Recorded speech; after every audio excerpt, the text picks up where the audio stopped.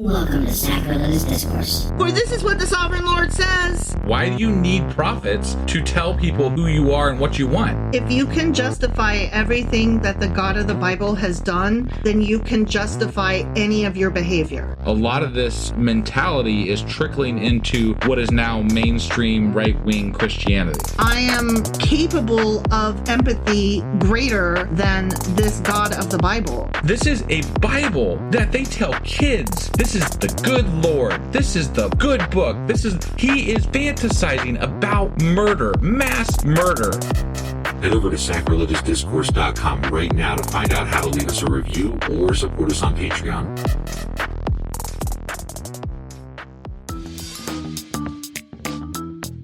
Hey there, sinners and saints. It's your favorite Bible-bashing duo from Sacrilegious Discourse, and we need your help. That's right, folks. We're raising funds for some heavenly equipment and a studio that doesn't sound like it's in the depths of hell. Our current setup, let's just say it's more apocalypse than audiophile. So if you want to hear us dissect the Bible without the background noise of demonic squirrels, chip in a few bucks. We're aiming for $5,000 to upgrade our audio and build a studio worthy of blasphemous banter.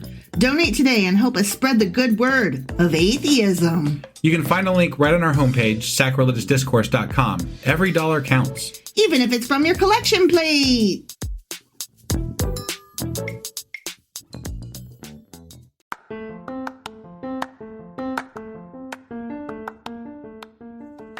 Hey you, welcome to Sacrilegious Discourse. I'm husband. I'm wife. And together we're reading the Bible. Starting with Genesis and eventually ending with Revelations, we're working through every book and offering our atheist 2 cents. Or shekels. Yeah, those. We're asking questions and pointing out all the nonsense. We aren't academics or scholars. Nope. In fact, when it comes to religion, we really don't know anything at all. What we've learned so far is that God's a dick. Oh, he really is, isn't he? If you're interested in how we reached this startling conclusion, maybe start from episode 1. Otherwise, jump in anywhere. It's all good. Yep.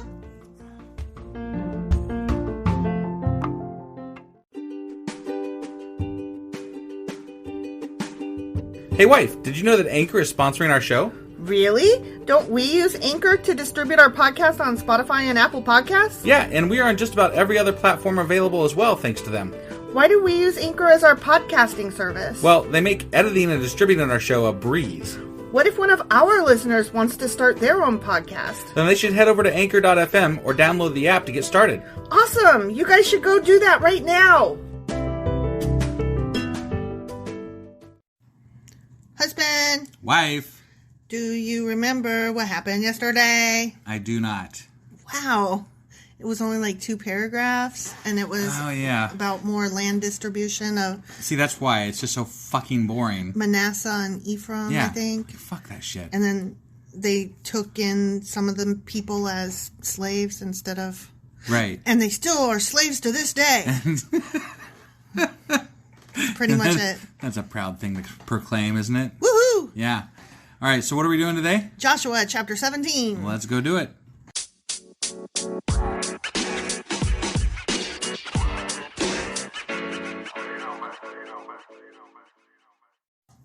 I almost said husband because you do that all the time. I know. I'm like, wait, what are we doing? Yeah. What is my life? Well, and then your countdown. There's literally only 2 sections that we do, like generally on any episode, and you're like, which one are we on? Well, and also because your countdown was like real slow because the table kept creaking. And you were like 3, and then like a year later 2. Right. Okay, so let's get this rolling. Ready? Yeah, Sorry. I'm Okay, ready. So we're doing Joshua chapter 17. Okay. Which begins as such. As such? The next allotment of the land. Fuck.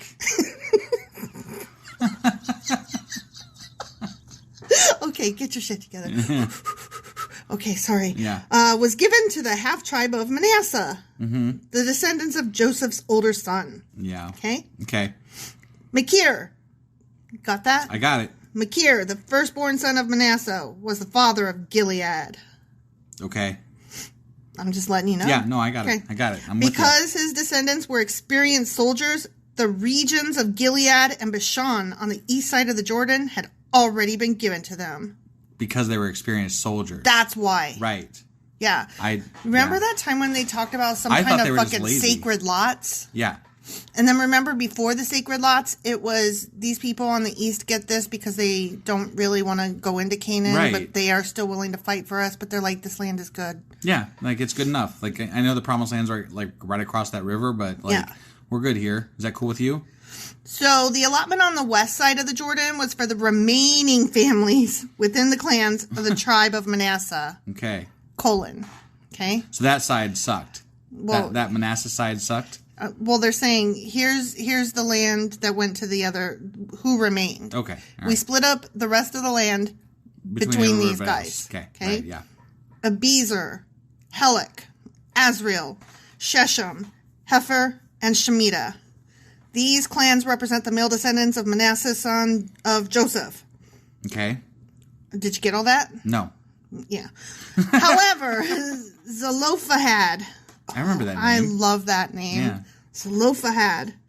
A descendant of Hefer, son of Gilead, son of why I remember it. Machir, son of Manasseh. Yeah. Had no sons. Yeah. Right. Womp womp. He had only daughters whose names were Mala, Noah, Hogla, And Milcah. Milcah, and Tirzah. See, I knew that. You did. Good on you. You remembered. I did not. Right. Were they the ones that were like, excuse you, could we have this Yeah, land those are in the our ones. father's name? Okay. Yep. Got it. These women came to Eleazar the priest, Joshua son of Nun, and the Israelite leaders and said, I bet I know what they said. I bet Because I do they too. had already... They already did this. They already got their agreement with Moses, Yeah. but Moses is dead, and so I bet they're going up like, what's his Yeah. butt? They're like, excuse me, Can I just? you seem to be kind of a dickhead, so just checking. Okay, this is what they said. Ready? Okay, I'm ready. Quote, the Lord commanded Moses to give us a grant of land along with the men of our tribe. That's what they said. Yeah, That's which is true. End of the quote. That's what happened. Okay. I mean, as far as the Bible says. Right, that's the end of that quote. Yeah, okay. Okay. So Joshua gave them a grant of land along with their uncles, as the Lord had commanded. Good on him. Nice. As a result, Manasseh's total allocation came to 10 parcels of land, in addition to the land of Gilead and Bashan across the Jordan River, because the female descendants of Manasseh received a grant of land along with the male descendants. What exactly is a parcel? Is it more or less than an acre? Yeah, but I don't really have a good grasp on an acre either. Me neither. I mean, does it matter? Kind of. You know, I mean, I kind of have a grasp on an acre, but like... A parcel is a I'm just curious what package. a parcel is. A parcel is a package. Okay, we have a parentheses. Okay. Parentheses. Yeah. The land of Gilead was given to the rest of the male descendants of Manasseh. End parentheses. Okay. I love parentheses. Yeah, they're great. They are so much fun because they're just so like, I'm going to stick a parentheses in here for no reason. Right. Like, oh, that's the aside. That's the aside. Yeah. Okay. Yeah. The rest of this was also the aside, just so you know. Right. I'm here to tell you. Yep. The boundary of the tribe of Manasseh extended from the border of Asher to Mikmethath. Oh, I hate that name. Near Shechem. Then the boundary went south from Mikmethath to the settlement near the spring of Tapua. Tapua? Yeah. Wow, I love that place. That place sounds cool. Tapua is awesome. Tapua. Yeah. The land surrounding Tapua belonged to Manasseh. Okay. Okay? I got it. But the town of Tapua itself, on the border of Manasseh's territory, belonged to the tribe of Ephraim. Is this like... Why would you landlock a tribe inside of another tribe? Wait. Is this like how Kansas City, some parts of it are in Missouri, but some parts of it are in Kansas? No, they said the surrounding land is owned by the Manasseh tribe, and Ephraim owns the city itself. And it's like, what? Well, we have Washington, D.C. inside of Maryland. It's true. landlocked. That's true. All right. I guess, all right. Fair enough. I'm just saying, like, Fair enough. Geography is dumb. Right. The whole thing is man-made lines. Yeah. From the spring of Tapua, the boundary of Manasseh followed the Kanah ravine to the Mediterranean Sea. Several towns south of the ravine were inside Manasseh's territory, but they actually belonged to the tribe of Ephraim. What? These guys are all tangled up. Yeah, no shit. Like, wouldn't you just be like, hey, just give me that and take that? Or Yeah, like let's they had just- clear boundaries for the other tribes, and this one's like, this one's kind of like, that one's there, and this one's here. Sometimes my sheep go on your land. Sorry. Right? I mean, they could just, like, pay each other or whatever. Right, like, right. I don't know. In general, however, the land south of the ravine belonged to Ephraim, and the land north of the ravine belonged to Manasseh. In Okay. general. In general. Just so you know. Okay? I got it. That's not an aside. That's not a parentheses. Very important information, straightforward. Yeah. Yeah. Okay. Oh my God. I just have to interrupt myself to say there was some comment on fucking Twitter or some shit that said that they didn't like my nitpicking of how these sentences are phrased, to which I say, fuck you, good sir. Wait, who said that? I don't know. Somebody on fucking Twitter or something. Really? Yeah. And I'm like, the whole point of us reading this is to read it and comment on it, and the way it is phrased is dumb. Right. Like, I'm not a scholar. I'm not an academic, and I cannot say that enough. And we're literally reading it for the first time. For the first time, you guys. I've never read this shit before. Right. Every time I come across something stupid, I'm flabbergasted. Yeah, this is a first take, because, this is how we have fun with it, because Also, we don't know what the fuck's coming. Also, I was not raised in a Christian home. I was not raised in a home of any religion, so all of this is baffling to me. Right. So, fuck off. Right. I'm sorry. Like, these are not the droids you seek.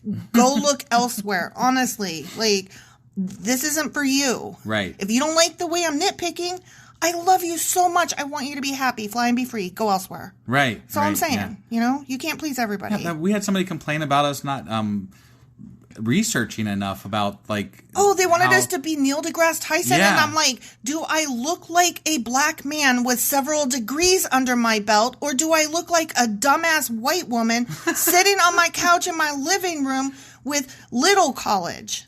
Okay? Right. I do not have the bandwidth to do what you want. There are already podcasts like that out there. Go find them. Right. And they're great. I love them. They're wonderful. And you know what? When we have a crew and we're popular, like, I'll be happy to hire researchers, and we can do all kinds of research at that point. Maybe. At some point. I feel like I'm sorry. I know this is so off topic, and like, where did this come from? And this is probably a discussion, but I just feel like at some points, every once in a while, I need to re-examine again our goal, which is to read the Bible for the first time all the way through. Right. That's my goal, not to research. That's all extra fun stuff that we sometimes do. Not to like be scholarly and academic and know shit. No, my goal is to read the Bible for the first time ever and drag y'all folk along with me. Well, let me ask you, how many people have told us that it's refreshing to hear it read this way, because they always heard it read seriously when they were younger? Yeah. And like, they're like, yeah, I never even thought about reading it this way, because it was always so serious. And they are like us. They're like, it's always something I meant to get to, but my God, it's such a drag. Right. And so, yeah. We're just having fucking fun. Yeah, I'm just having fucking fun, y'all. Good. Let a bitch Sorry, have fun. we had to get some venting out about people that were bitching at us. So, Yeah. there it is. Okay, I feel better now. Yeah. Anyway, back to Manasseh. Right. Okay. Manasseh's boundary ran along the northern side of the ravine and ended at the Mediterranean Sea, as all good cities do. Yeah, exactly. North of Manasseh was the territory of Asher, and to the east was the territory of Issachar. Okay. The following towns within the territory of Issachar and Asher, however, were given to Manasseh. Okay. Colon. Are you ready? I'm ready. There's a list. Okay. Oh, no, it's a short list. Okay. Beth Shan, Ibleam, Dor, that is Nephoth Dor. Of course. Endor. Literally. Are there Ewoks there? Yep. Tanakh or Tagashi Station. Oh my God. Yeah. This is totally Star Wars. Right? Yeah. Okay. I'm not making this shit up though, okay? Endor, Tanakh, and Megiddo. Okay? Okay. Each with their surrounding settlements. You know how towns like to spread. Maybe Star Wars got their names from the Bible. I bet you they did. I bet you they did. There's a lot of weird words in here, so. You could just like do a Google search on weird words in the Bible. Right. I mean, that's where I would get names from. I mean, yeah, there's plenty to choose from. I wrote a story once called Beside the Road to Ephraim. Oh, yeah? Yeah. And that was like a place that was like along the journey where one of the dudes like buried his wife or something. Yeah. And that came from the Bible. Got it. Like it was just a thing I heard, though I never looked it up at the time. Yeah, no. So anyway, okay. But the descendants of Manasseh were unable to occupy these towns because the Canaanites were determined to stay in that region. Wait, there's more Canaanites that those Canaanites that didn't get killed. Wait, and they didn't even become slaves, apparently, because they were just there. They're like, no, I live here. Yeah, what the hell? Fuck off, I live here. My house, mine. What kind of shit is that? They got God on their side. Apparently not.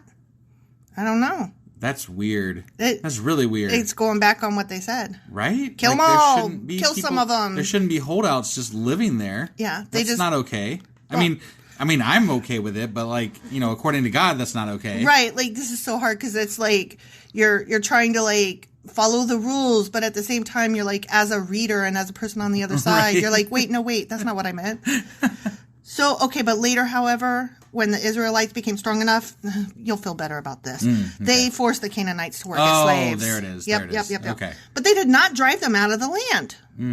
Okay. They kept them as slaves. Yeah. Which is not what they were supposed to do. But I'm glad they didn't kill them. Right. I'm just going to say. Yeah. Okay. The descendants of Joseph came to Joshua and asked, why have you only given us one portion of land as our homeland when the Lord has blessed us with so many people? Yeah, that's a good question. I don't know why. Yeah. Maybe you should ask Moses.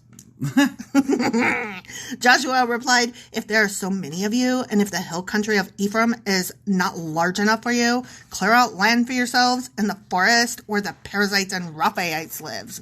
So there's more people? So he's like, there's some giants over there. If you want land so bad, go kill the giants. Where are all these people fucking coming from, though? They were already there. I know, but like, what the fuck? I mean, I thought they destroyed everybody in the Promised Land. Well, apparently they didn't. Okay, do you think they killed the giants? Apparently not. Kill the giants. Apparently the not. descendants of Joseph responded, it's true that the hill country is not large enough for us, but all the Canaanites in the lowlands have iron chariots, both those in Beth Shan and its surrounding settlements, and those in the valley of Jezreel. They had iron chariots. They are too strong for us. Them giants, they had iron. Yeah. So the descendants of Joseph were like, we cannot. Yeah, because iron chariots. And tall. Right. Yeah. You know? Yeah. Then Joshua said to the tribes of Ephraim and Manasseh, the descendants of Joseph, since you are so large and strong, you will be given more than one portion. The forests of the hill country will be yours as well. Clear as much land as you wish and take possession of its farthest corners, and you will drive out the Canaanites from the valleys too, even though they are strong and have iron chariots. The end. He's like, here's your tools. I said so. I'm not going to say how. Bye. Right. I'm sure there's an explanation if we dug into the research on this as to why there was such a waiting period to get these people out of their land before they the reason is that taking over a land isn't something that you do overnight, as the Bible would have you believe. But then as future chapters are like, just kidding, it didn't happen overnight. They were still there. Like chapter 1, they killed them all, and chapter 2 was like, well, but not really not though. Quite. Yeah. It took a lot of time and resources. And that one chapter really literally made it sound like it was just like a few days. And then they were done. And all of Canaan was good. The end. Right? And then it was, you're right. It's progressively gotten worse as we gone along. Yeah. It's like they're trying to like slowly get us used to the idea that it didn't really happen that way. Right. But if they did it too quickly, then God would be wrong. Yeah. So they got to ease us into it. Yeah. That's what I'm saying. Like they want us to know what happened, but not feel what happened. Because if we feel it, then we understand that this is all a lie and stupid. I don't know that I give them that much credit because honestly, sometimes they contradict themselves in the next sentence. It's true. So you're right. But whatever. It's just fun to contemplate. It is. Was there an intention there? Because it feels like it this time. Right. Yeah. They killed them all. Just kidding. Yeah. I mean, that's basically what they're doing. Psych. Yeah. All right. Well, that's that. And tomorrow we'll be doing Joshua chapter 18. All right. We'll see you then. Bye.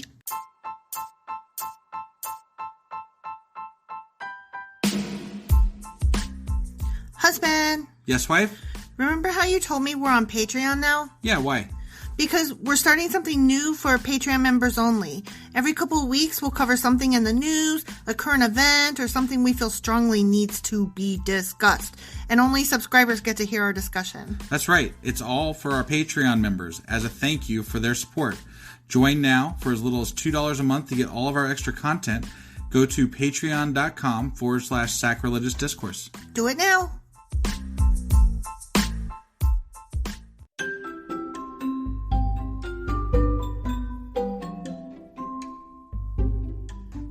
Husband, it's the end. It is indeed, wife. Tell the people where they can contact us. Well, they can get a hold of us via our email, which is sacrilegiousdiscourse@gmail.com. We have Twitter at sacrilegious_D. For D's nuts. Oh, why do you know? Why do you keep doing that? Ugh. All right, we have a Facebook page, an Instagram page, and a Pinterest page. But if you really want to get our attention, Twitter's where it's at. Twitter is where you're at. Yeah. And they should also review, like, and subscribe, yeah? Definitely. Apple Podcasts reviews help us out tremendously. And we also can use your support on Patreon, which is a great place to support us as well. That would be at patreon.com/sacrilegious discourse. Don't forget to say thanks. Thanks. Okay, bye. Bye.